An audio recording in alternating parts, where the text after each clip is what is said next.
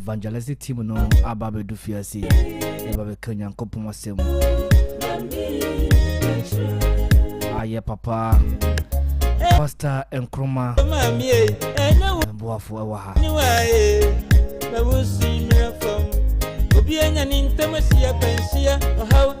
Wasampakani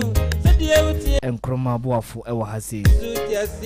evangelist what the back and kasemo Wasampakani enti enchebia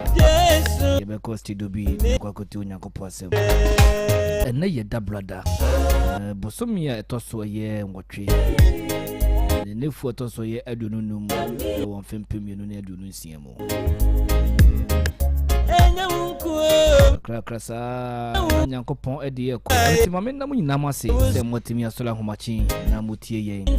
papa nkrafo nyina sofo kukudamu na fana na matran konwa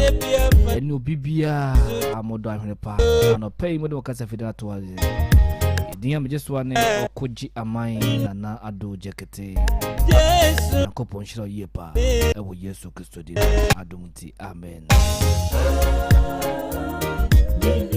Evangelist. Yes, sir. Nyame asum dwenkan. Encounter. Munchi anokra mo sese Yesu baji wo. Nanso no bi si enne yesem bebre o. Yesu baji wo nanso. Nanso no botin achije mu kakra. Se ne o kan se nanso ne bi se Yesu de why crowd so baji. Emu bi nanso ne bi asuban. Suban bi wo mu a eno na esu gya mu nanka. Bia adwamambo bia obo. Eno na no openia African se jese oko because eno so your point pa because say we asemu be chemienu what does you know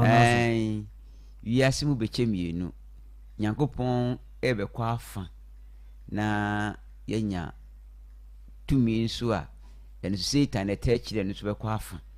ebe ye osom mienu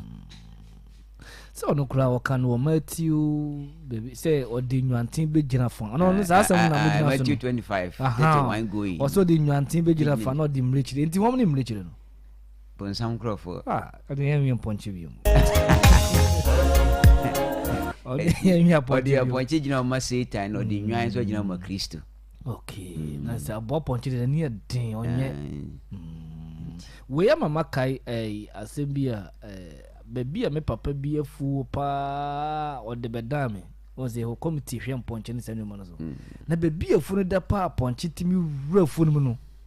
no tun sa ponche nyampa ndi na bible no ka se o de wo mo aso wo de be gina mlechira fa no se sa pepe na wo sete papa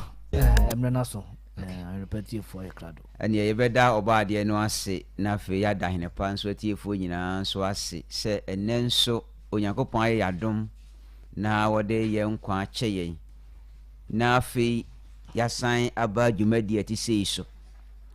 meka ne se eye bra eye kwanya kese mawo na ye kwanya kese nso mame se mienu nyina dwumadi a ya tudin se MPAABA evangelistic team no ene yasan aba wakachi bio na yedie ni Awurade de ahye ya no ni free krese mu ni abakosem ka eno na yeka ho asem enya nia mede maadwen beka ne na yetweresem no eka no ena yeguso yeka ho asem na yaka bewie se sisei de Bible no free Genesis kosi adisem baby ani ho a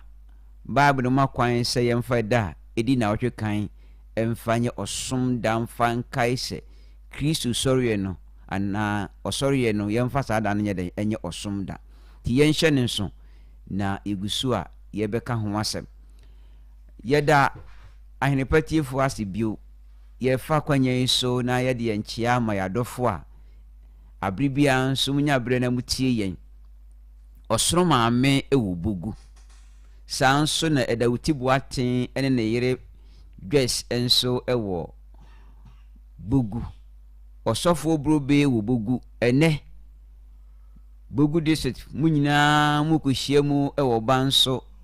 akoye camp meeting enu nti yesere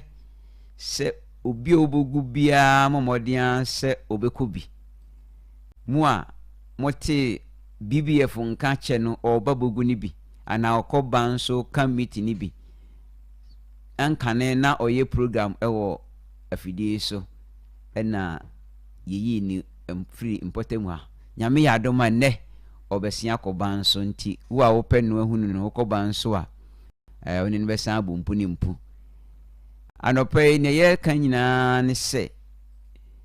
ye chiamo praso fo asante praso ajetwum ene ne ye filisia jan ye kodensere so a nana kwanso di kan eni msate no ade French chalawe anɔpɛ ye chiamu nyina Nyankopɔn ya adoma ne na wotwe ena Dwaso district yenso ye koyendie wagogo nti ye tonsa frɛ atafoma nyina se ebre na so enu nti monya mahoboa na ye nyina yentumi nkɔ sanso na meka yense committee revival no nso eguso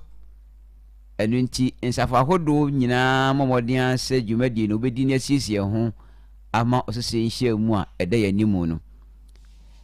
anɔpɛ ye chia ye nuanom odampon agya sefo center nso afan life